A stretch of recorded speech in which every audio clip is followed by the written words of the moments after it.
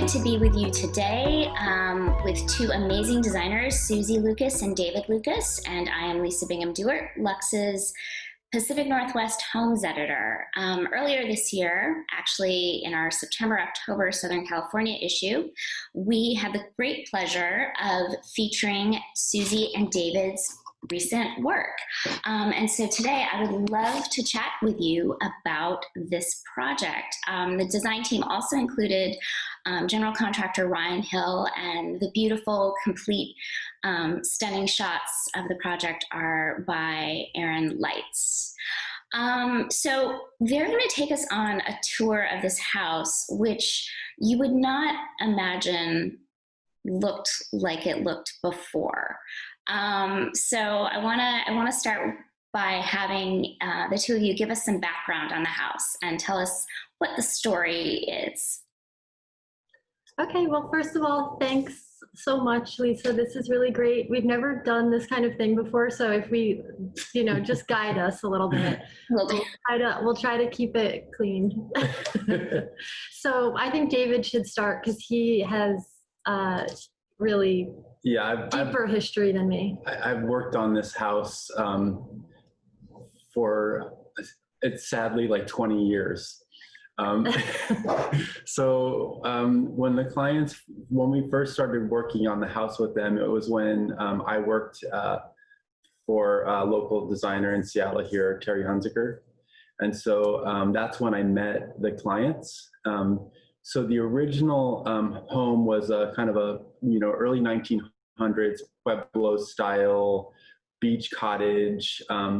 But that original building had been added on to kind of like ad hoc over the course of, up until about like the 80s, 90s. So it was really unrecognizable as sort of the original quaint beach cottage. It was sort of this like, monster, just kind of collection of boxes. Didn't really have any architectural significance to it. Kind of didn't make any sense. Like you sort of like walked in a weird, weird spot within the house. None of the arrangements of rooms had made sense. And so our client originally, they did some renovation of the work before they got, us involved. What had happened is they didn't quite know how to transform the house from the Pueblo style to more of a modern house. At that time, they wanted it to be sort of like, they wanted to do more of like a minimal remodel. They didn't want to get like too heavily involved in it. So we did mainly like, just furniture and small little things. But I think that because of that history with them doing that first remodel and that first furniture, installation on the house, it gave me a really good understanding of who they were and what they wanted. And so when they came back to us all these years later, to Susie and I, and they were like, okay, we don't want to just do little changes. We want to actually like turn this house into the amazing home that it could be. I really understood the house architecturally. And so that's why I feel like we were really able to like take, what the house was and kind of transform it into the kind of the amazing property that, we turned it into. So you have this sort of wacky house with boxes on top of boxes, and so how do you go about making sense of something that really has been sort of an accumulation rather than a sort of thoughtful, planned out adding on over the years?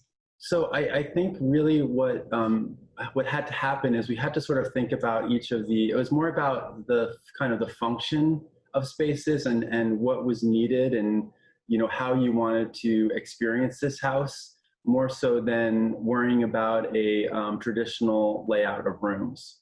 So for instance, I don't know if you saw that sort of original entry court elevation. That's the kind of rough stucco wall. So just, that was sort of what you came upon when you first experienced the house. And so what I saw was this opportunity to really create a beautiful entry for them. And so that's where we sort of, we created that like low soffit and the laminated glass walls so that actually when you approach the house, you just sort of get this glow. The advantage when you approach the house is such that you see the ocean beyond, and then all you see is sort of that front facade. And so what ends up happening is that the glass actually looks like the color of the ocean. So it's like it kind of blurs the, your perspective, where you're just sort of feeling like you're seeing ocean, that color through the whole, through the facade there. So it just creates this very interesting, experience. And then also sort of using stone as a way to anchor the building on the site. So we kind of frame that, that low soffit with these sort of stone elements on either side. So it just sort of gives it a little bit of weight. So it's just things like that, like basically looking at that entry and just saying, okay, this can be a much more interesting experience, and just playing with scale also. Like we did this like massive entry gate because that really acts as their front door. So that entry gate is really this like very present and beautiful object. And it also sets the tone in terms of materials and aesthetic. It has this very sort of like quiet, the material on that gate is like this brushed wood and bronze. And so it just kind of like brings you into the world that we're trying to create sort of instantly, I would say. I don't even want to add anything. Yeah. I want to shut up. No, well, this is more of David's, he really is more on the architecture side of things. So really he can speak more clearly to the big broad strokes.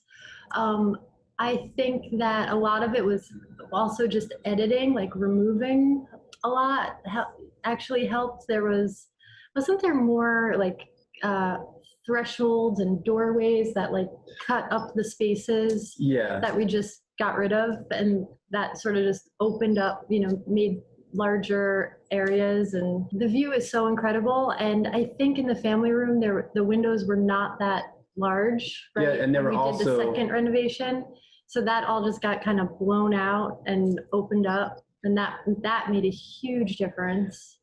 Yeah, it was funny. So there's that sort of like the main entry of the house, that one image that you see where there's the double height entry space. That actually used to just be a single height. We created that upper clear story to kind of bring the sky in, so you get ocean and sky.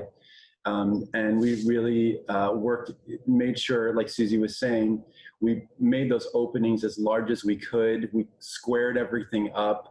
We created, just this, much cleaner frame for that view beyond. I mean, that was really a big part of it, was to where there were sort of windows in strange places, or even though they had a lot of glass, it was sort of broken up oddly.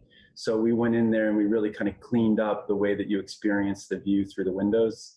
It sounds like a little thing, but it's surprising, what that actually does. So yeah, I think the clear stories made a big part of the second major renovation was just brightening up the house because of that, like Pueblo revival style. Things were just like lower and a little bit darker, and that our clients just really wanted everything to feel brighter. So any way we could bring more light in, and actually just refinishing the walls with like a beautiful lighter plaster made a huge difference, because it just bounced light around more. So that was like more light and feeling of lightness were big important things for, in terms of design. Yeah, that was actually one of the truly like extremely important things from the husband. He was just like, I really want this house to feel so much lighter. The issue, of course, is that the orientation of the house doesn't really lend itself to, it doesn't really get direct sunlight because it really faces more north.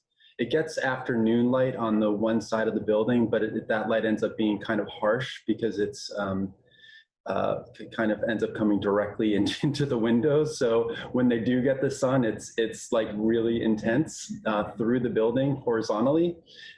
So, you know, we had to do things to kind of bring reflection in a soft way into the house. So I think that's why you see a lot of kind of subtle reflective materials, like we use back painted glass to help bring bring lightness and reflection into the house.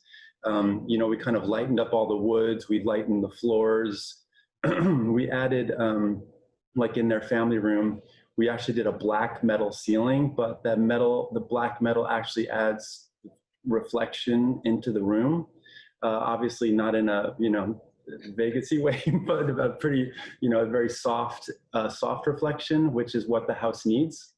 And so it's just things like that, like opening it up, either physically opening it up, you know, creating clear stories where we could, or opening it up with reflection. So that was sort of, you know, part of the strategy. And actually, like to Susie's point, like with the windows, you know, the original layout of the house was, it was like the furniture had to be arranged in a way where it couldn't necessarily take great advantage of the site and the views. And so what was great about what we could do is we could come in and we were able to reorient the space so that we could actually put furniture in an arrangement that was not only more functional for the client, but also took, you know, better advantage of, you know, what they actually had there in terms of the site. So as an example, the cove that the house is within is like one of the most gorgeous things you've ever seen. It's like just so present in the main kitchen and family room and western side of the house. But previously, that whole side was like basically neglected. Like they had little windows in the kitchen out to it, and the doors that they did have out to it, though they were generous, you know, nothing was really oriented towards that view. Now when you're in the house, it's like that view is just like such a big part of, you know, the experience of being in the house. So that was just like a major change to really be able to engage with the cove as like part of the experience of the house. And then I wanted to ask something, because I remember in the story this came up. The original building materials too, it wasn't a normal kind of construction, was it? There's like basically, I don't know, like dirt and rocks and some duct tape, I think is kind of what so yeah, the contractor had a real challenge. And I will say that Hill Construction did an amazing job of, you know, just really fortifying this home, because obviously on the coastal bluff in Southern California, you know, with this kind of property, you really want to make sure that this house isn't going to go anywhere. So that was part of their, you know, what they had to do is they had to make sure that, you know, everything that we were doing was upgrading, but not only what we were doing, the whole structure of the house had to basically be, you know, updated. And they were really creative, great partners to work with in terms of like really like taking my ideas and you know, rather than telling me what I couldn't do, they were just like working what they like to do, what I want to do. So I like working with them a lot. They're great. And the client really appreciated that, because what they got was a team of people that were all working together to ultimately, you know, make their vision come true. Because the husband really was so, like, he loves this property. They both do. I mean, they both love it, but he was just, you know, every time I would meet with them in this house, because I did a lot of little things for them before we did this major renovation. And he would always just walk me around and be like, well, what could we do to this room? And, you know, what could we do to that room? And so I was really glad when he finally was like, let's not look at this room by room. Let's look at the entire house. Like, what can we do to this house? And so when he did that, I was like, okay, we're there now. So yeah, so basically, you know, partnering with Hill was the thing that made this all happen in a lot of ways, because it was a challenging home. Remodels are just hard in general. It's like, where do you start? Where do you stop? It just, when they open stuff up a lot, like especially with this house, when you open things up, there was like nothing holding things together, and it was a little scary. like a couple of like bricks and a broom in a corner for structure or something. It's like pretty crazy. Well, actually, so that whole, like there's a bedroom suite underneath the house that basically was like, it looked like it could have been in like a trailer home. You know what I mean? It was like that kind of like really depressing, tiny windows. And as you can see in the after shots, like what that space could become, being turned into a completely glass box, you know, with that, you know, creating that beautiful garden in front of it. You know, that's a perfect example of, you know, what this house had within it. And all that it required was, you know, some major structural gymnastics. And so, you know, so that's, anyway, that was you know, one of those areas where we couldn't even believe what we created at the end of the day with that room. Yeah, I mean that's the wallpaper alone is spectacular in the before. But that was our client's daughter, and she had like, she's amazing. She has kind of like eclectic, really creative, funky taste, and that was like her teenage bedroom. Yeah. She had, it's like when you walked in there, you felt like you were in like a Victorian era boudoir, which was great for her. But I mean, even, you know, at this point in her life, it's like that was her teenage bedroom. Yeah, she likes the new bedroom better. Well, I mean, that new bedroom's pretty spectacular. So, and now it functions for like, you know, it's an amazing guest suite, basically. Honestly, every space in that house was important to them. We even, you know, the laundry room is beautiful at that house. Like there isn't a room that they didn't want. You know, they love every corner of the house, and they weren't gonna, you know, not do something that they felt was amazing everywhere. So even the garage, like the garage is a work of art. So, and that's why we love this client, because they, you know, they cared about every space. It wasn't as if like, oh, that's just, you know, utility, let's not worry about that. They were really like, how can we make that beautiful? So the all-in thing is so cool to hear, because you can see, I mean, that's why the house sings, is because all those spaces, and there's so much thought and there's so much care there. So I wanted to turn our attention to the furnishings. What was sort of your guiding principle then, as you started to furnish the house? Were they starting from scratch, or were you kind of weaving in things? What was sort of the method there for that piece of things? So it's, you know, when I was thinking about it this morning, kind of the evolution of how we started with refurnishing the house, because that is in a way where we started the second time around. It was actually when David and I first started our studio together.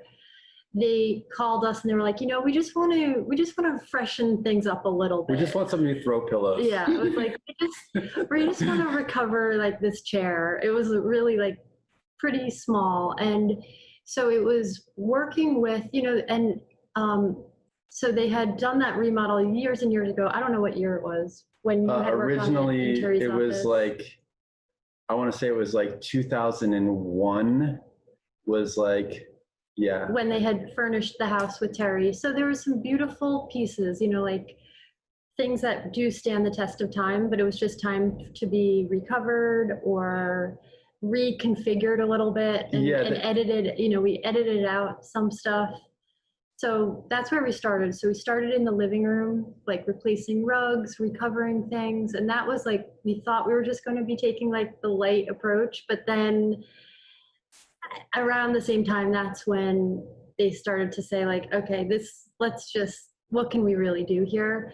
So it was sort of like at that point, moving into the other rooms of the house, there were certain things that we, you know, worked with and reused, but in general, I would say anything new that we added in was really thoughtfully chosen.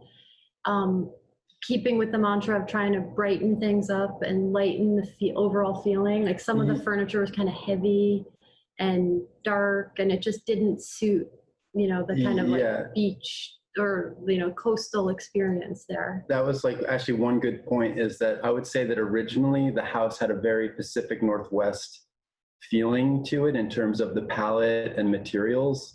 And that's sort of what, like, you know, Terry, who we worked for, was known for, was that kind of color palette. And so I think that the clients had loved that for, you know, for a long time. It was like suited them, but I think they just then realized they wanted a, you know, a house that felt more part of La Jolla, you know, where the house is. And so Susie and I were really able to embrace that idea of, okay, let's not worry about like this palette. And things, you know, the thing that was great is that like we're really open. If something worked in terms of a piece of furniture, we would just recover it. But, you know, really the furniture plan was completely reconceived.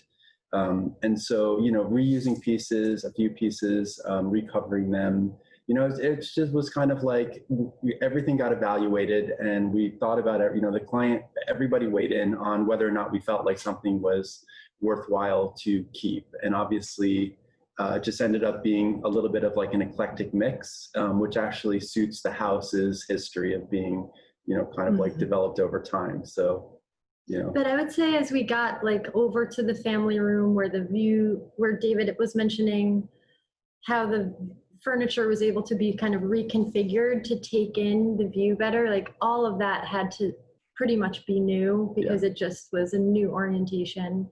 And I would say that is kind of my favorite, that family room area is my favorite part of the house. I had so much fun with like that cove as the backdrop is incredible. It's like every time you go to the house, it changes depending on the time of day and the weather and like the tide.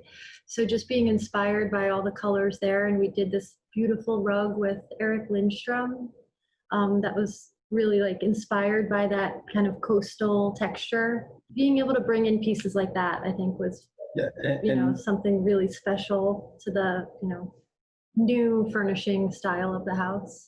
And even the art, like there's a Nicole Chesney piece that's like up at the bar that, so like depending on when you go into the room, the piece is like a glass. Is it like painted glass or, I don't know. It's just like this amazing surface that like changes color as like based on like the reflectivity in the room of light. So you'll go in there and it'll either like perfectly reflect the color of the ocean, or, you know, you'll go in there and the clouds will be kind of moody. And so the piece somehow becomes this like moody paint. It's just kind of incredible to see how like the art also like interacts with the architecture and the view. Yeah, and it's pretty amazing. With the art collection that you mentioned, was a lot of it existing, or did you have, were they collecting pieces to go into this new iteration of the house? They were collecting as we went, I think, like, because I mean, so this remodel did last many years, is fair to say. So yeah, something like, it was kind of organic, you know, relationships. They would find things that they love, that huge Ed Moses piece that's on the wood wall by the family room, which I love. Like they found that and it was just so perfect for that spot. There were some pieces like that Nicole Chesney that David mentioned, we found for them and suggested it. And so it's kind of like a group effort in terms of the whole house was really a collaboration. You know, I think that the only person who didn't weigh an opinion about the art was Ryan Hill, the contractor. But he helps us figure stuff out. So I always like to ask, and I think this would be particularly relevant with this house, about how it just resonates personally with you. I mean, it seems like it speaks a lot to kind of your evolution as a designer, David. You know, started this when, you know, at a very different point here. So, I mean, how does it kind of track on your design journey in terms of, you know, how you thought about design when you were first involved with the house versus now? That's actually, thank you for that question, because I feel like this house was like it kind of let me learn how to how to design better. Originally when I worked on it, it was through the, I was working on it through the lens of another designer. So I was having to do things like based on my assumptions of what he wanted. And so, this house really like kind of took the training wheels off of me, and I got to just like run with my own design. So that was like, this house was like the first house where, that it was like this transitional thing between, who I was and then, who I've become in terms of being a designer. So this house is very important to me, and like love these clients. They're still really, really dear friends. Because David had this deeper history with the client, I had always heard about them, but had never met them. So when we did start that first kind of go round of refreshing the living room, I was like a little nervous at first. I was like feeling like I was like, being opened up to like their world, that they already had this relationship. I wasn't like exactly sure the dynamics, but they were just the most gracious, amazing, fun people to be around. And so like when you are just starting your own studio and you feel like a little nervous and not exactly sure how to like you're doing things for the first time on your own, to have them as clients was like the most amazing fit, because they are so like easy and open and fun to like work through problems with. And so I think for me, it's really personal, because it's like without that kind of great team and support in the beginning, it'd be really hard for us to like have the confidence to move forward and start bringing our own ideas to the table. And, it's like, if they were not them, it would have been much harder, I would say. Like they were just the most amazing clients to work for. We were very lucky. Yeah, and it's just, it's kind of like what Susie's alluding to, and what I was mentioning. Just the fact that they really wanted to push things, and they also have like really exquisite taste. It just made it so that like it's not like we would just do something and they would just love everything. It was like it kind of took work to get to the point where we were all really happy with what we were coming up with, because they really wanted to push it, and I really wanted to push it as well, like in terms of like what we could do with this house. Obviously every project has limitations, especially a remodel, but like for instance, again, even with that like West Terrace that we designed with their new spa and the kind of a seating area with the fire feature out on the bluff there, that elevation originally just looked like nothing. It was just this sort of like the side of a gas station, literally, and then to go in and sort of give that an art, this really kind of calm but kind of strong presence. It just just really makes it so that the house on that side of the property, when you're there, it just it just feels like rooted on that bluff, but also just kind of like sort of like flying out over the bluff in a way. I don't know. So it's just like things like that where they cared about those details. And so it allowed me to be able to really think about how to create something, for them and for this project. I mean, I get, it's like, it's almost like an endorphins rush, right? Like when you come up with something that that like, when they finally are like, yeah, we love that, you get excited about it. And so this project really was that. It was like, what if we do this? And then they get excited about it, and then everybody's excited about, the potential. And that's sort of what happened with this, sort of going through the whole thing and really getting to like work out the problem and really design, what we thought would be the best solution, and think of things, obviously it functions as a family house and it functions well for them, but, within that context, trying to be as creative as we could be, was exciting and fun. And I think definitely is the foundation of, the work that we do now, where we're very rooted in people's lifestyles and how they want to live and what they need. Like that's a big part of what we do, is listen to what the client needs out of the home, and taking that and work, that becomes part of the equation to, you know, to what we create. That's such a wonderful story. I mean, I think that's why I love doing what I do is both because the projects are beautiful, but also just the stories behind them and how they resonate with people and what you take away from them, and take into the rest of your lives and your careers and that sort of thing. So our time is up. And I know it went right really, really fast. But it was great to see you in semi-person for a change. And I really, really appreciate your time, David and Susie. This was a great way to spend a little bit of time hearing about this really, really special, wonderful project. So thank you both so very much. Thanks, Lisa. Yeah, thank you, Lisa. This is great.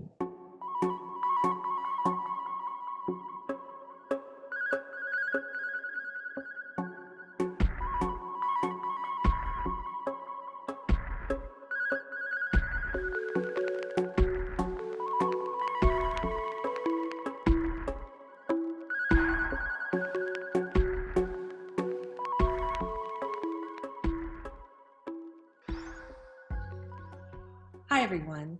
I'm Mary Jo Bowling. I'm the Homes Editor for Lux Interiors and Design in San Francisco. Today, I'm going to be talking to Reagan Baker of Reagan Baker Design.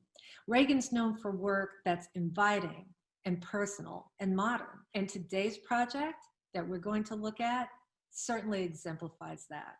It's in the Seacliff neighborhood that's one of the most intriguing neighborhoods in the city. I agree. Seems like you're in suburbia, but you're not. Yeah. Yeah. I love Seacliff because it's nature and these classical homes, and that's the project that we're going to be talking about today. Now, I know your client. She said when she walked into this home, she knew it was the one. What about this house do you think made her feel that way? Yeah, so I think, you know, when she walked in, it was more of, she loves to renovate, and her husband does as well. But I think because they walked in and felt the floor plan was already kind of in a great spot, really just needed to open up a few walls. All the bedrooms were on the top floor, and you're able to basically be together. The laundry room was even on the up, I think. And then also the guest room, which is, they call it the West Wing. They have a lot of politicians in their family, but they have guest rooms for their guests to stay in the West Wing. So it's definitely just that, and I think the natural light that just, you know, because it's on a rounded part of the lot, the house encompasses the entire length of that roundabout. So it's actually very well, I think, light-wise, gives a lot of natural light, which is always great, I think, in anybody's lives to have the natural. Okay, now Reagan, that was her impression, but what was your impression when you first walked through? Yeah, so when I walked through, you know, we worked with an architect, Robert Stiles, who actually had preemptively done a great part of the renovation. And we came in kind of with finishes and light fixtures. But when I walked in, you know, there was just like, there's a lot of juxtapositioning angles when you first walked in. So kind of like understanding where transitions we're gonna meet. And then there were just some oddities, like, for example, her office, you know, there was a jog on the wall, and I was like, but you also need, you know, storage, practical needs. So we hid that. You know, there were just some oddities that we hid based off of practical reasons. But overall, the house in general, I thought, because of the bones were so great, even you know, we kept the molding and all of that, and then actually added molding in the living room just to kind of replicate it. But I do think overall, it's a traditional home that I think spoke well to who they are and their styles, how they have merged together, just because the natural beauty of the house allowed for like contemporary versus preppy. So Reagan, when you looked at this list of things to do and what your client called a fixer, in your mind, what was the first thing that needed to be taken care of? Yeah, so there were, you know, our clients, you know, just, I think overall the house had great bones. But when you first walk in, there's these oddities. There's these 2 walls or 3 walls that actually kind of form a triangle. And so understanding kind of how we needed to case those out. I think that we had intended to like keep them all, more modern and contemporary. And we decided to change those and actually case them in some areas just because we wanted that space to be defined better. Her office, for example, though, had like a weird like jog in it. And so we were like, we should cover these up with bookcases. And so a portion of her bookcases in her office is actually more shallow than the others because of that bump out. And, I think other than that, we worked with Rob Stiles, who is the architect, and he really did a lot of that reprogramming of the space. And so we, came on board with more of a finish, and then how to cover up those oddities. But yeah, that's for sure. I'd say the first thing is like when you walk in, you kind of have literally a focal point to the kitchen, also to the living room and to her office. And so really making those two stand out, and the stairs, of course, how those blended together, but also created, this dichotomy of, marrying styles was probably the biggest, the biggest challenge, I'd say, but also like what needed to be addressed the most. Well, I mean, speaking of marrying styles, you mentioned that this was a couple where one had a very modern aesthetic and one had a more traditional aesthetic. Now, I've heard designers joke about playing psychologist and Sure. So how did you make that work, those two opposing aesthetics for this family? Yeah, it's a great question. Yeah, both of them probably couldn't be more opposite, but they did have one commonality, which was the color blue. I would say, so Evo's, aesthetic was very like the Disteel movement. So they actually, it's a Netherlands, a Dutch movement, which basically right field, a lot of these architecture, it's more based on architecture and how everything's kind of reserved, more sculptural, less clutter. And whereas Missy, she was very preppy, very, traditional in her style and aesthetic. And so Evo actually inherited some nice antiques. And I think that was actually almost like a blessing, because it was kind of where we were allowed to bring the two together, but also with color blue. Well, what role did blue play? Because you see it throughout the house. Yeah, blue is a very important role. I mean, a lot of people ask us, is blue because it's, kind of gloomy in their area? And I don't definitely think that that's probably what was it, but maybe psychologically there was a reason for that. But I do think because both of them actually agreed on the color, it was one of the probably the most powerful agreements of their aesthetic. And so it played a huge role just because we were able to use that throughout the house. And that was what kind of created that, synchronicity of, bringing all and melding their two crazy different styles together. There's some spaces in the house where the blue is really pronounced. It's a very deep, dramatic color on multiple walls. And I know that, common knowledge says that that's very tricky to do. Is it tricky to do? How do you make that work? Yeah, I mean, it is, I would say, we actually painted their living room a very bold, just the fireplace wall, a very bold blue. And I think the reason why we did that was, number one, because, again, marrying the two contemporary styles, Evo really wanted this shelf detail that really was just more simple rather than like having a built-in tradition. So in order to do that and to blend it into, kind of creating this accent, we actually painted that wall to make it feel like more built in. And so I think that's why it worked really well there. And then also, of course, adorned it and decorated it with a lot of tone on tone material, so blacks and dark hues. And then her office, we did that just because we really wanted the two to speak to each other. But her office, because she loved the blue, we actually really kind of traditionalized it. So we wrapped and, encompassed it in its entirety, all the way around, even the ceiling, just because we wanted that, intimacy, but also is kind of a statement of who she was. And then the living room is kind of a statement of who he is. So I got some emails after this article appeared. And even though it was in there, people were asking me, what's the name of that color? Can you tell everybody watching the name of the color? It's a favorite Benjamin Moore color that we love to use. It's called Benjamin Moore Gentleman's Gray. It's actually more of a gray, but yeah, we love it. You know, it's one of those colors I always have to double check because it's gray, but it's blue too. Yeah, exactly. I think that's probably why it works, bringing the blues together, but it's got a tad of gray to it. So yeah, not overly blue, and kind of understated as well, which is nice.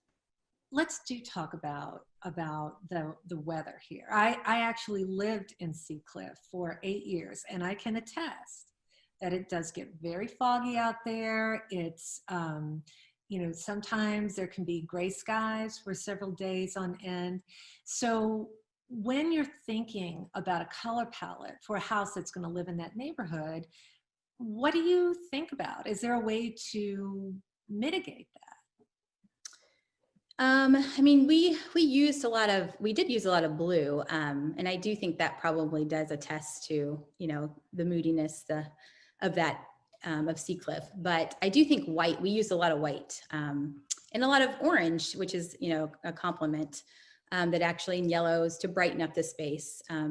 So yeah, blue, I say for sure is, definitely sets the tone for that mood. But in order to play off of that, I would say calming, should we say, having the opposites of yellows and, gold tones and orange, it actually creates a happiness as well. So that's, yeah.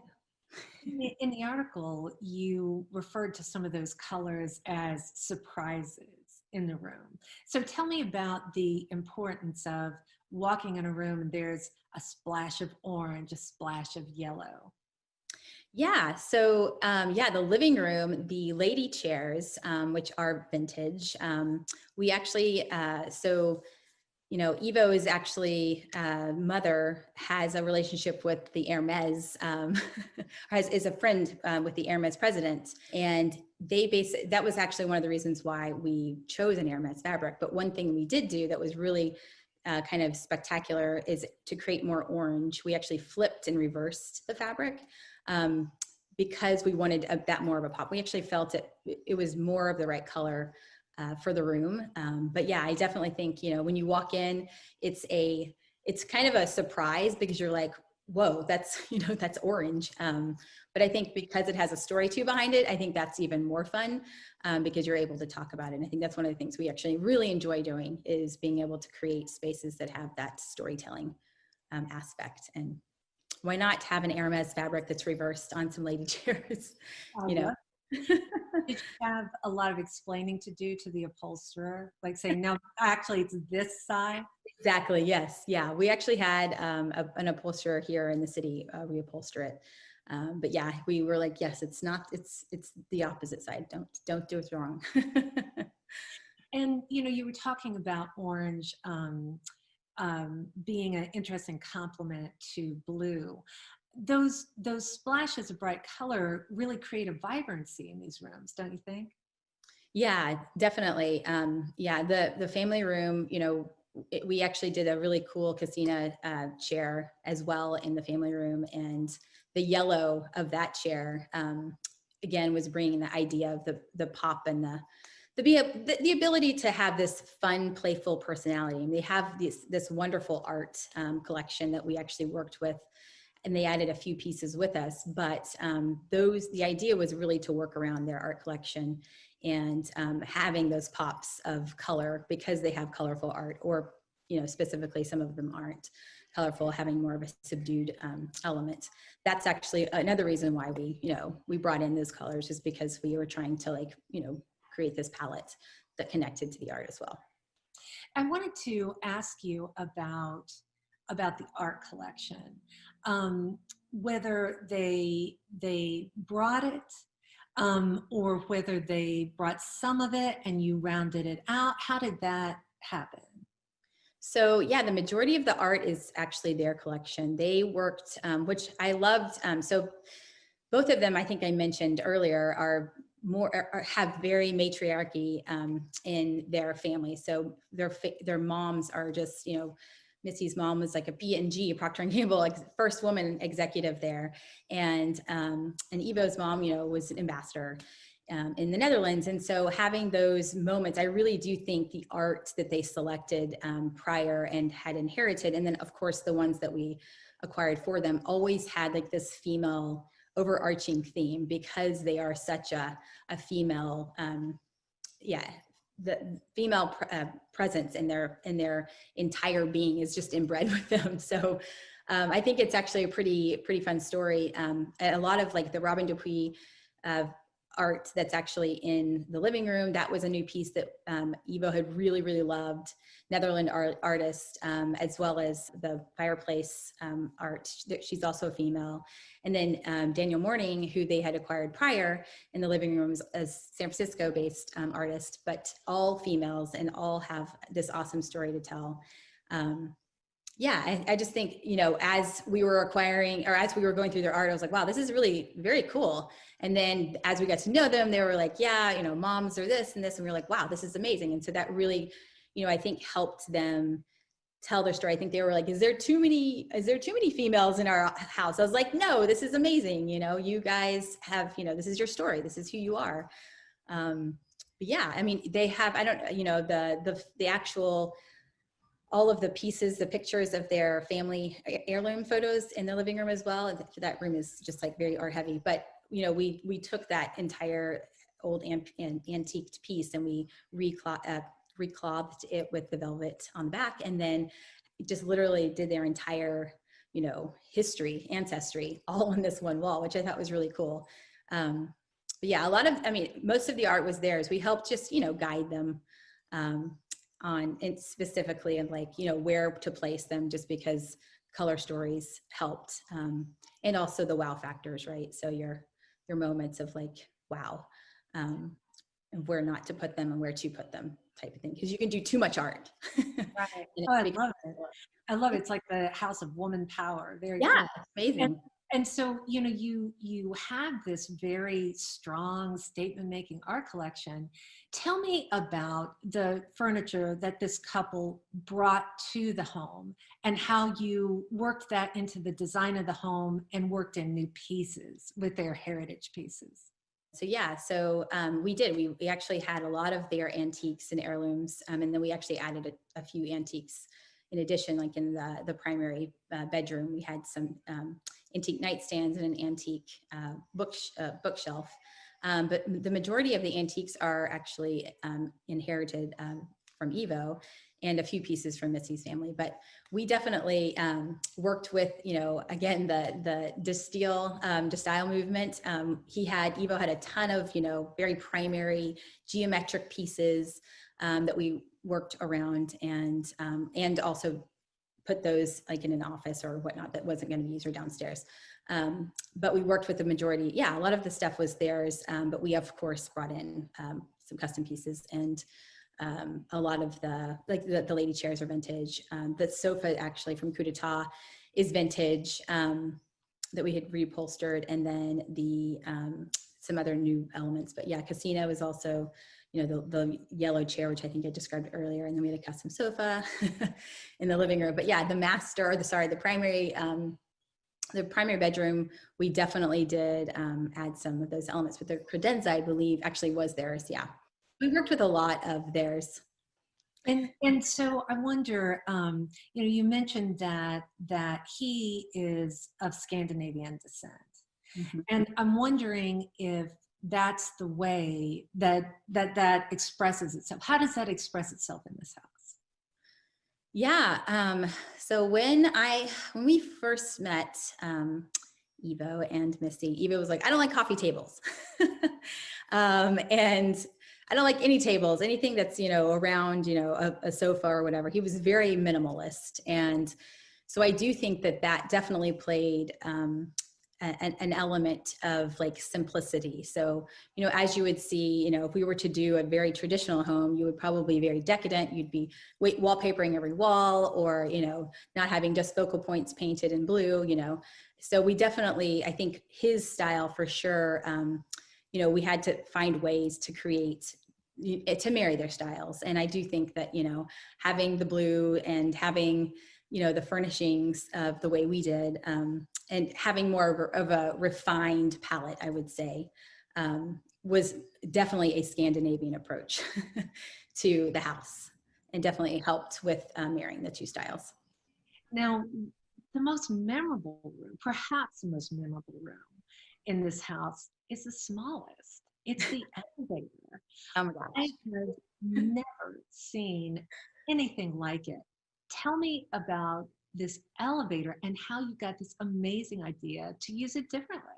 So yeah, so they wanted a functioning elevator just because they throw a ton of parties, and they wanted the ability to have anybody in their homes to come up and down the stairs. And so it needed to be functional, but it also needed to be a statement as well. And so the idea of basically having the bar be, having it be open while they have parties was just like, where else do we put a bar? Oh my gosh, the elevator. So it was, and then of course they loved it. It was also, I think very probably much like it came together as a fruition and as an idea, like together, because they were like, this is amazing. So I think I literally was just, having, again, the blue component of this, a gate with brass accents, and then the ability for them to have the flexibility of this bar cart, to serve people, but also have a stationary, storage solution. But they also wanted to have, luggage to be able to like throw it up there. So it was definitely, a statement piece that they wanted to design around for the ability to have a party and have it be this like wow factor. They're just, they love to entertain. And I think that's probably that was the, one of a fun thing to work with them, was just, having these ideas of out of the box thinking. And I think that was genius. Oh, great. And do they actually, like, guests arrive and as they go up, they have a drink? Is that how it works? No, actually, I wish that was how it works. So they basically have the door open, propped open. So it comes from downstairs to upstairs, which is the main level. But yeah, no, they actually, it's you can get to there downstairs from the one side of their house, but the main entrance, which is where people come in, they just have the door propped open and they serve from there. Yeah. So it'd be like a little bar in a closet, except the doors are an elevator. Exactly. Yeah.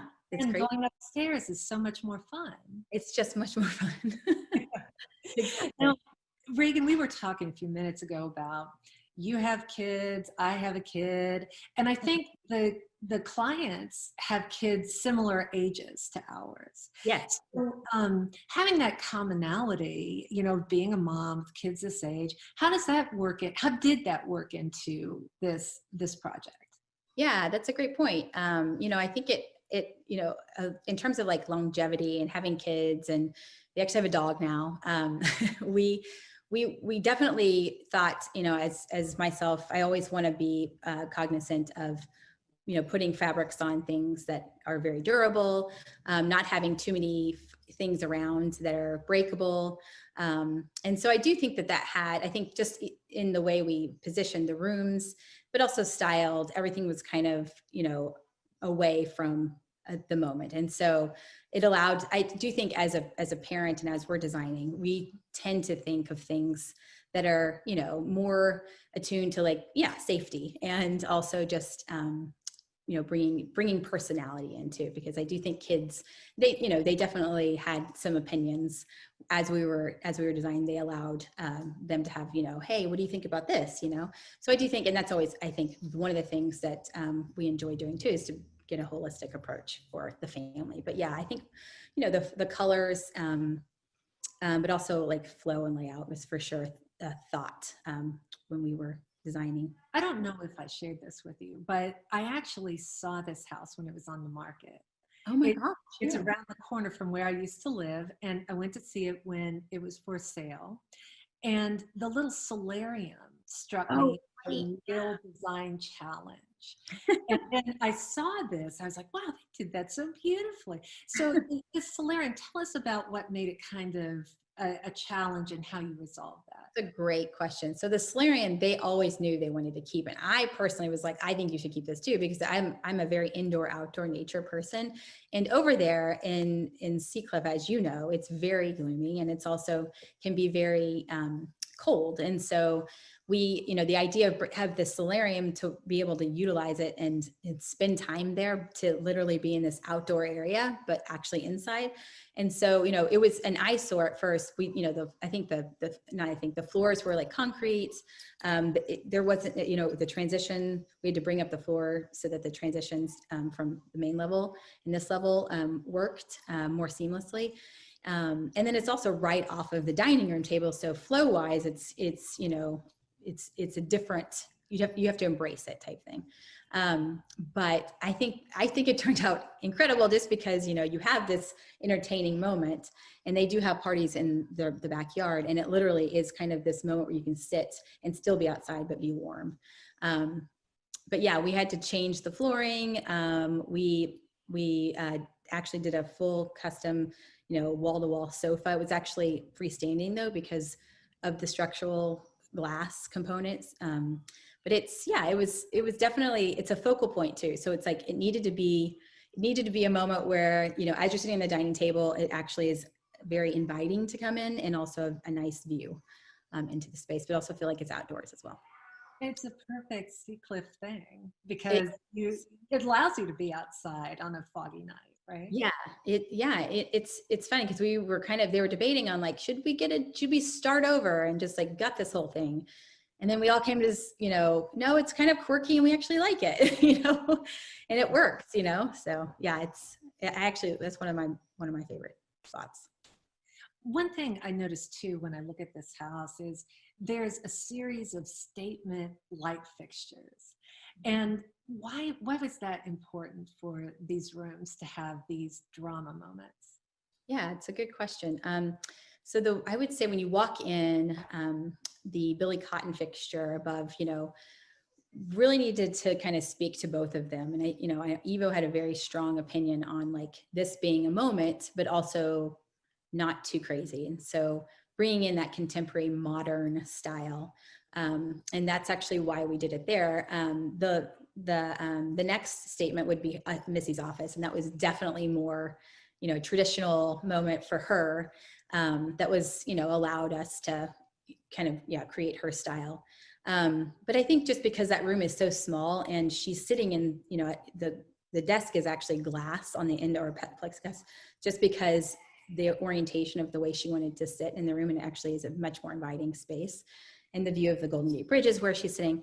But because that was kind of a floating, we really wanted to anchor that spot, her desk spot, and really kind of create this, more of like a vignette of this moment while you walk in. So you see, and a light fixture is very important for that. I think any lighting says statement because, or it's important to make a statement with lighting because it's part of the architecture, and it also creates drama.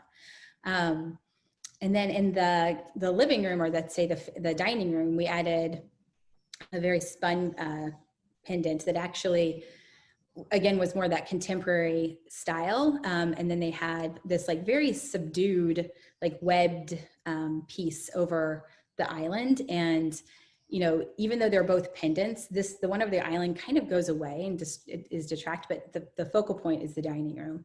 And it's a statement piece because it's like a very, I would say, more minimal, more modern. But then we also have the ledge that we created to create more style, which is Missy. So, yeah. Well, Reagan, thank you so much for talking to us today and for bringing this house to life for us again. Yeah. It's a real pleasure. And thank you everyone for watching DesignTV.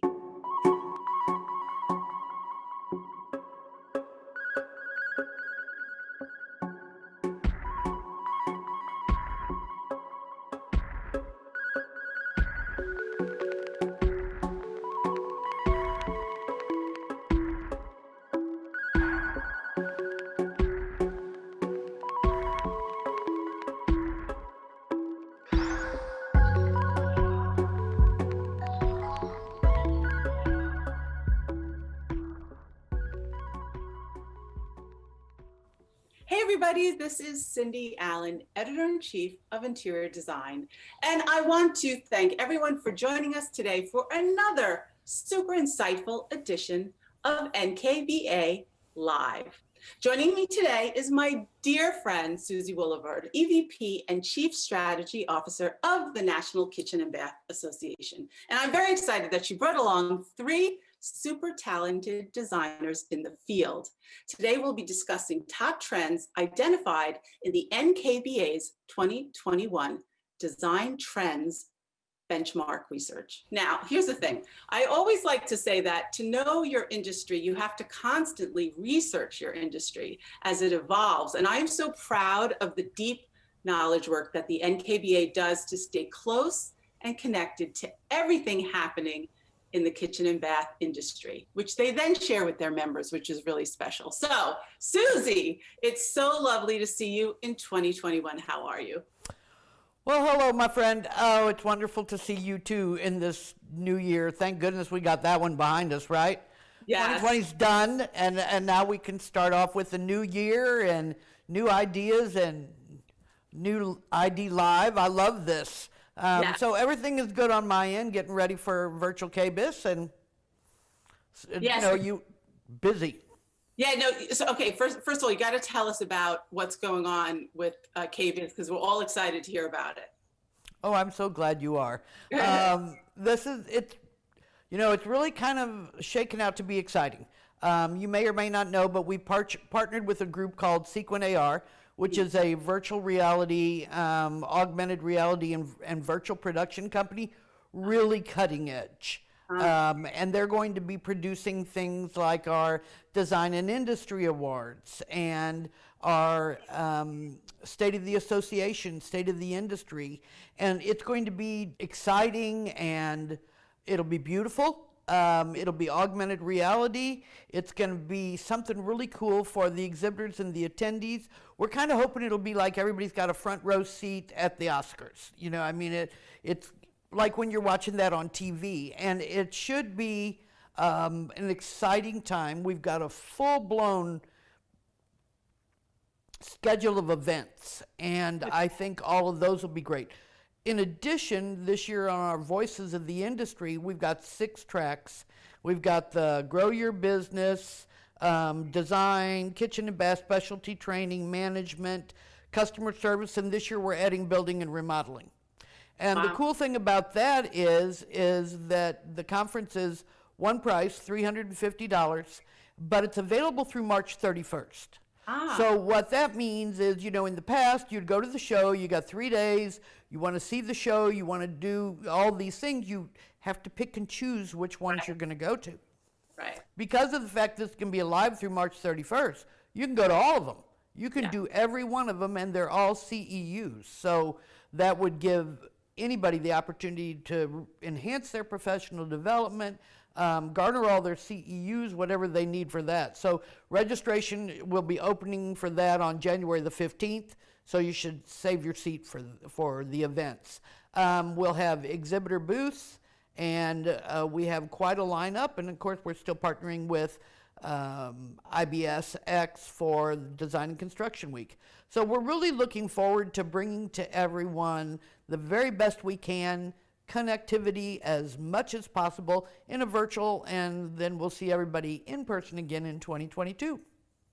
Right. And, look, we've all had to pivot. It's all been extremely complicated, but we are so thrilled because, look, at the beginning of the year, you're always looking to, okay, when am I going to KBIS, right? And setting up your appointments. Like you said, now you have a different way to do it. It's kind of fun that in a way that this year is going to just be completely different. And I'm thrilled that it's continuing in this new virtual format. So congrats to you and the team. Thank you.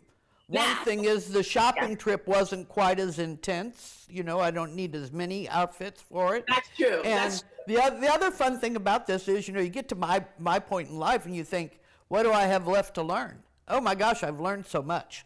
So that's kind of cool too. I agree. I think we're all learning, that's for sure. And well, look, today you've brought along some friends, and I'm really glad we're talking about trends. It's great, 2021, let's talk about trends. And I would like to introduce our guest today. We have Elizabeth Walton, CKD, founder and CEO, Elizabeth Walton Home in Phoenixville, Pennsylvania. Hi, how are you, Liz? I'm great. Thanks so much for having me. Lovely to see that beautiful, beautiful smile. And then we have Lori Hayfela, owner of Hayfela Design. She's in Santa Monica, California, but right now you're upstate New York, but your business is in Santa Monica, right? Correct, yes. How are you, Lori? Fine, thank you. Thanks for having me. And she told me she's redoing her family Stickley home, right? Yes, yes, you can see the paneling behind me. I had that redone 4 years ago. It took 7 days. Yeah. Very, very exciting. And then we have Erin Balancich. People call her Erin V, and she's founder and CEO of Style Row in LA. How are you? Doing well, thanks. Thanks for having me. It's so nice to see all of you and to get your perspectives too. Susie, start us off and give us the overview of what the goal was for the design trends research and who and how many people participated. Give us some, some numbers. Sure, I'd be happy to. The 2021 Design Trends Research Report is based on a survey completed by over 700 professionals. Wow. All from the kitchen and bath industry, members, including designers, architects, dealers, remodelers, showrooms. Over half of the respondents were designers, and 78% of all respondents were NKBA members. I know I was lucky enough, you let me get a little sneak peek of the report, but can you summarize a couple of the kind of key takeaways? Well, sure. The report was fielded in late 2020, and unsurprisingly, we found that designers and specifiers expect the pandemic to have a significant influence on what's going on in the design community. Fortunately, our industry, the impact of the pandemic has been positive because there's been so much going on and people wanting to realize their spaces and reinvent where they are because so much is going on in the home, and we're much more aware of our surroundings and our workspaces and our outdoor living areas. So homeowners are looking for ways to promote calmness and wellness in their homes, things they hadn't really thought about before. And this has kind of created a shift to a more minimalistic, which I found very interesting. And it's changing the layout of the kitchen, changing the layout of the bath, because all of these rooms are being used for many purposes. So the pandemic has had quite an impact on it. Additionally, so much time is spent indoors and people are not going away from their home as much. So the outdoor spaces have become a primary interest, and how people are living and using that to create an area outside of the home, and then to also create more space and bring a little of the out in. Yeah, that's what we're hearing too. I'd love to get the perspective of our special designer guest today. So Liz, let's start with you. The report identifies flexible spaces for remote work and learning, as you can imagine, and of course, better storage solutions. We're all talking about how to find surfaces that are easy to clean as sort of, the top of the design list because of COVID. What are your clients asking you for? Is that reflected in what your clients are saying to you, and what are their needs? Absolutely. Our clients are really wanting to, as Susie said, bring the outdoor in. So we did a pool house recently, and they're so happy because now it serves as a separate workspace, learning space. It's kind of a home away from home if they just want to go outside into the pool house. And it opens completely to the outside. So that has really been of value to that client. Easy to clean surfaces. So no surprise, we're doing a lot of quartz countertops, continuous surfaces, more continuous backsplashes. People don't want all of the grout lines anymore. Storage solutions in the kitchen, much more organized solutions in the kitchen. So really organized pantries, a lot of coffee bars where you can kind of plug everything in and then shut it off. We're seeing offices kind of come back again in the kitchen. So a lot of pantries are turning into work and office spaces again. So a lot of kind of old is new again, and definitely outdoors is coming in. Yeah, so speaking of outdoors, so Lori, I understand you're the outdoor gal. I know that you've done a lot of gorgeous, I have to say, gorgeous outdoor kitchens. What have you seen as an uptick? I imagine outdoors is top of your list too. Yeah, and it's surprising. I started designing kitchens and then it parlayed into other rooms of the house. And about maybe 10 years ago, I started designing outdoor kitchens, which I never in a million years thought I would be doing. Right. So yeah, the uptick on, obviously with the pandemic, everybody's getting together outside. But what I'm finding is that people are asking me for different things. Like, for example, outdoor like paella stations. And obviously the outdoor pizza oven is really big. Yeah. And I actually am working on a big project right now. It's an outdoor buffet because the family they're really planning on them all getting together soon. So they were going to have, we have these long buffet cabinets that have Invisicook cooktops. So you don't even see the heating elements at all. They're integrated into the stone, and we're using sapien stone, a porcelain slab, again, because of durability and, no bacteria. We're also using a frost top so we can keep the salads cold. So, there's a lot going on with technology and the outdoor spaces. I mean, I never thought I would do a paella station outdoor. That's amazing. Is that something special? Is that something special, Lori, that like you're able to get that's different than indoor for that? Not necessarily. I mean, the materials that we're using, we have to make sure are durable. We're using solid acrylic cabinet doors, which I use on all my outdoor barbecues. I'm really not a fan of, well, I've used stainless if a client wants stainless, but I prefer to use the solid acrylic because it gives a luster and it's very durable. It's weather resistant. I mean, I've done projects where the house jets over the ocean and use that product and it's never weathered. Wow. So, yeah, I don't really love callbacks from clients. So if I can cover myself and make sure that, it's going to weather well, that's, the option. So certainly understanding weather is something that's top on designers' list that maybe some of them didn't have to worry about so much, right? You had a lot of experience already, right?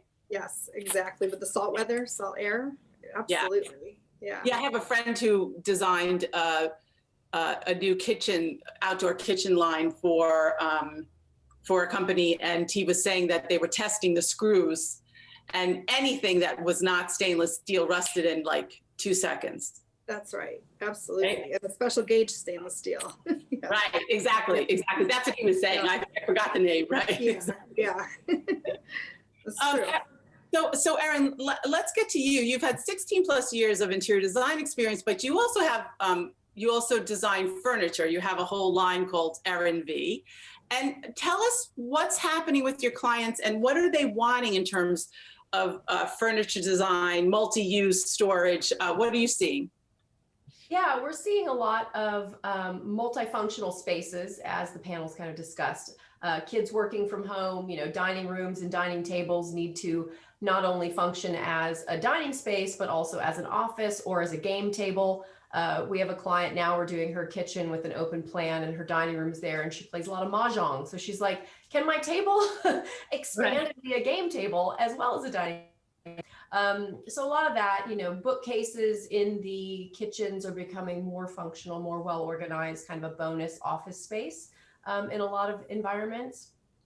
And then a lot of times we're seeing just every detail now be really noticed because people are spending so much more time. So, all of the AC grates and vent covers and things, like we use a brand called Modern Metal that does gorgeous decorative, elements. So people are noticing things more, I think, than they used to.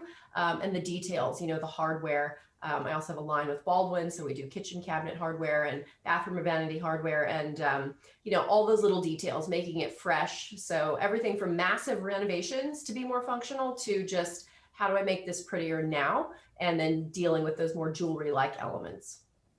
Yeah, I like when you said the jewelry-like elements, for sure. That's for sure. So, we've always said that the kitchen and bath is the heart of the home, never proven more than right now, right? With remodeling and upgrades on the rise, Susie, as I'm sure the research is like through the roof, right? Right, yeah. Through the roof. Yeah, and as you had also mentioned, contemporary design topped the list of design styles projected to be popular in kitchens over the next 3 years. Interesting, right? It says something else. So interesting that people are moving toward minimalist design with integrated technology, because people want it clean and they don't want to see it. It just has to function, and plenty of storage. So Lizzie, tell us some specific projects and reference some of those trends. Sure. We're doing a lot more. Really big islands are coming back in a big way. So kitchens are definitely zoned not just for cooking, but for working and learning and entertaining. So in those islands, there's a lot of tech. So there's not just outlets, there's USB ports. A lot of the drawers now have tech. If you need to charge a knife, or electronics are now hidden inside of those drawers. So everything is very, I would say, customized and organized in a way that it never has been before. Right. Yeah, because it's a funny thing, because like a lot of us are in maybe a second home right now, and we never actually had to be as organized because we weren't in the home very long, right? It's your weekend house. And now, I mean, I can say, speaking for my husband and myself, we are looking at how to organize and create the function that we need, that we never, ever thought we'd need in our second or weekend house. And there's so many devices now. So everybody needs a place. Right. The charging stations are everywhere, and everyone needs a place to plug in, but also to put it away. Right. Right. It's the put away part that's getting complicated as more stuff is coming into the house. Erin, I wonder, can you tell us what maybe your top kitchen trend for 2021 might be? Sure. I think it's more wood finishes in areas that warm it up. So we're doing a lot of wood ceilings instead of just having, a cold drywall when you've got a very hard surface space like a kitchen or a bathroom. So wood ceilings are kind of topping our trend list. I think it's another one of those ways to really finish it off and make it more warm and organic. When you are spending that much time kind of home and indoors, I think anything you can do to warm it up and make it feel more indoor outdoor is helpful. We had another project, we did a huge wall of bookcases just covering an ordinary drywall wall with a beautiful light wood finish. And that, again, it just ties in that organic kind of modernism, because contemporary is on the rise, but it's a warm modern. People don't want a cold box. And so anything you can do, I think, in that regard is very on trend and at the same time timeless. So yeah. A lot of wood. Yeah, Lori, I want your thoughts on your 2021 trends, but also just how are your clients doing? Yeah, my clients are doing great. I'm surprised that we're this busy. I think everybody's surprised that we would be this busy. I say, as far as trends go, Erin is spot on, and she pretty much said a lot of what I wanted to say. I would maybe add that a lot of texture, more textural, like the wood, and maybe play with metals, different, shades of metal. Appliance-wise, I would say, about 10 years ago, steam cooking was, came out in the residential world. And I'd say now the new trend with appliances would be like the sous vide cooking. Everybody's hot with the sous vide, and I'm designing like separate sous vide sinks, for sous vide. I mean, there are people that sous vide cook every single day. So I think that's definitely a trend, and technology, which I think we already touched on a little bit with the InvisiCook cooktops where they're seamless. You don't even know it's just a countertop. That type of stuff. I think technology is continuing in the trend. Yeah. Cindy. Yeah. Cindy, I'd like to turn the tables a minute here. Okay. One of the most surprising findings in this year's study was the rise of the organic natural design, which was number 9 in the previous year, and in this year's study it was all the way up to number 3 as the most popular design style for 2021. This style is reflected in skylights, large windows, sliding doors, anything like that, the use of natural elements in the home, and sustainable or recycled materials. We all know that you have access to so many talented designers, and you see so many images. I'm curious to hear if the projects that you've been seeing, do they reflect this? And in your respected opinion, Yeah. What do you see as the 2021 design trends for kitchens? Yeah, everything you all just said is yes, a thumbs up. I always like to say we're unapologetically modern interior design. And so the trend moving, towards that and being that makes a lot of sense to me. But in like, as you all say, the technology part, which is something that you think of as like very modern and contemporary, just wants to be put away. The super minimal part, I think the minimal part is more of the cleanability issue, and the warmness, as you said. I'd almost say like a mix of materials keeps it warm, so it stays clean, but there is a warmth to it. And I do think a mix of materials. Like for me, I see such a wide breadth of kitchens and baths, and it's all about like personalization for the client, right? Because now you can do anything, right? So for some, it's all natural materials. For others, they think, I want to be a little bit more exuberant and use color, and that's okay too, right? And so that's why we're seeing such a wide range of styles in terms of, graphic patterns and tiles, right? So I think it's giving us the breadth of everything that we want. But the most important thing in kitchens and in bath is this idea of wellness. Wellness in every single thing, in every category: kitchen, bath, residential, hospitality, health and everything. Life. Right, life. Right, exactly. And just like in the kitchen, contemporary design in the bath once again ranked highest for the most popular design style predicted over the next 3 years, closely followed by transitional and then organic and natural. Lori, can you share a project? Just tell us about a project that demonstrates some of this idea of space and contemporary style. Sure. So I have this project where the bathroom is open to the closet, divided by a live wall of plants.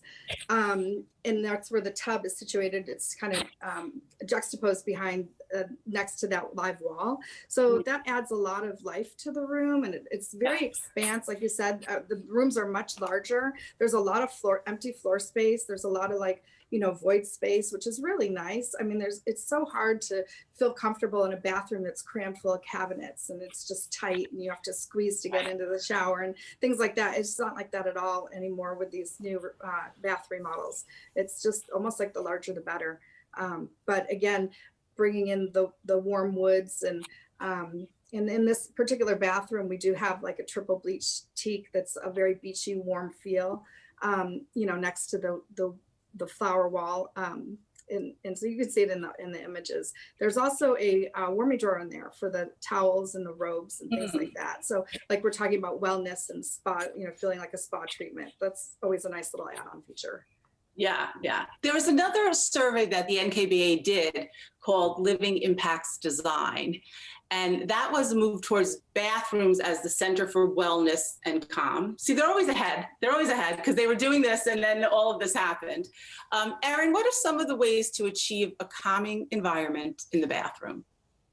I think it's all about soft lighting. So we've been taking out harsh can lights, especially in a bathroom. You want to be well lit, and to get that kind of gentle, rise in the morning where you're just waking up and you don't want it to feel aggressive. And then also in the evening to kind of soothe you. So we're doing much more decorative lighting in the bathroom, a lot of cove lighting and hidden lighting under vanities, at the edges of showers wrapped behind a cove. So you get this incredible modern glow on your natural stone versus, just can light everywhere. So on my kind of strict design guidelines is like, I don't want to see the light unless it's a decorative fixture. So in kitchens and baths particularly. Also organic elements, bringing in that spa-like feel, because everyone wants to feel like they're on vacation. That's also one of the main directives when we do a master area. It's like, even if it's a tiny bathroom, they're like, I just want that spa-like vibe, right? So great storage, of course, is important, but then also with like the modern pedestal freestanding tubs that are so popular these days, I find them quite unfunctional because there's nowhere to put stuff. Where do you put your towel? Where do you put your candles? Where do you put your soaps and your things? Right. Or your cocktail or whatever it might be. And so beautiful organic stools next to the tubs. We're doing a lot of like candle niches, built into like, we'll pop out the wall next to the freestanding tub. So there's an area to put things. So I think those are some kind of key wellness feeling elements that we're building into our bathrooms. Yeah, I love that. That actually makes a lot of sense, right? Where do you put your stuff? And we're all dealing with where we're putting our stuff these days, for sure. Yeah, absolutely. Liz, in addition to this Zen environment, many homeowners are concerned about universal or living in place design, right? And for everyone out there, that means elements that will help them continue to enjoy their space for years to come, and despite the age or despite mobility issues, which obviously is a big issue for all of us getting older. Liz, have you seen this reflected in any of your recent projects? Yes, we're actually doing several bathrooms right now, and they are all reflected of people are planning on staying in their homes much longer and planning for that. So we are making sure that all of the door clearances can accommodate a wheelchair or a walker should need be. A lot of wet rooms. We're doing wet rooms to make it easy to get in and out, eliminating shower curbs. Seats in the shower that are teak, that are going to wear, they're not going to get really grimy. Lighting, like the other ladies had said, is so key. And also surfaces that you're not going to slip on really easily. So that's huge. The pedestal kind of wall hung vanities that if you needed to, you could wheel under. So these are things that I think if you saw a photo, you would never assume that this was a bathroom designed for living in place, which is kind of the point. Right. That's beautiful. And I'm glad that, we're all learning, right, about as things change, how to adapt and use design that's healing and beautiful and functional. So I appreciate, I'm glad you're working on those projects. It's so fabulous to hear about all these great ideas in design. And Cindy, I want to thank you for bringing attention to NKBA's research, because it was a dream of Bill's to really become the voice of what's going on in the industry. Bill Darcy, our CEO, and a shout out to Trisha Zach, who is the woman that does all this with her team. And she is, I'm telling, she's crackerjack on research. And so it really gives credibility to our industry. And I'm going to kind of throw it back at you again, because I am interested in what are your personal predictions for the bathroom for 2021? Everything you guys just said. We just did our Best of Year awards for projects and product, and it was a global recognition. Yeah, that was very cool. Yeah, very amazing, cool. Right? And so the winner, the winner for bath was a personal spa. It was in Austria. It was one of the most glorious things I've ever seen. Very unusual, because it looked like a hospitality project, and it was outdoor. It kind of represented everything. It had natural materials. It was an outdoor moving into indoor. There was technology. There was a personal spa. It kind of was everything that made you feel that wellness was at the top of all of our lists. So again, I think wellness is our life, as you said, Susie. And I'm so, I have to say, I'm so proud of you all for continuing the research, because we need that. We need to have these conversations together, have that open dialogue, and, solve the problems, right? Design is supposed to be healing and solve the problems. And it feels like in the kitchen and bath industry, you are right there at the forefront, helping lead the way, and also help educate the members, which we really, really appreciate. One last note from each of you. I'd love to hear like one positive thing about your work in designing kitchen and baths. So Lori, let's start with you. Well, I'm excited that the industry is growing and it's evolving. In the beginning of the pandemic, it was so scary. We didn't know what was happening. I didn't know if our businesses were going to survive. And I think, you have to look at the blessings in the rain. You have to look at, you know, good things that come out of, you know, some bad situations. And I think that, you know, we're all doing the best that we can. And I think that we're doing a great job. Thank you. Thank you. I agree. Liz, one last note. Yeah, I just love that people are paying such close attention to the way that they actually move and live within their spaces. I've been doing this for 17 years and it's a way that it's never been before. And it's helping us design better for our clients. For sure, for sure. And thank you, Liz, for that. And Erin, one last thought. Yes, well, I'm very passionate about helping designers and connecting them with incredible vendors and artists around the world. So with Style Row, that's one of our main focuses, is bringing kitchen and bath vendors into our marketplace so they can really experience and explore all of the incredible products that are out there and then quickly share them with their clients remotely. So we've had great success with that and are excited to just continue expanding. That's great. Listen, you guys gave us a lot of insight. We're going to be super happy to share it. It's completely aligned with the NKBA 2021 design trend. So I want to thank my good friend Susie as always. I mean, this is a love fest between us and educating the industry, which we love. But I want everyone to remember that KBiz, so kbizconnect.com is where you're going to register for KBiz 2021. kbizconnect.com. And remember, it's happening February 9th through 12th, okay? Happening February 9th through 12th. So everyone stay well, stay healthy, and remember to register, okay? So thanks, everyone. Big virtual hug. Thank you. You. Thank you. Thank you.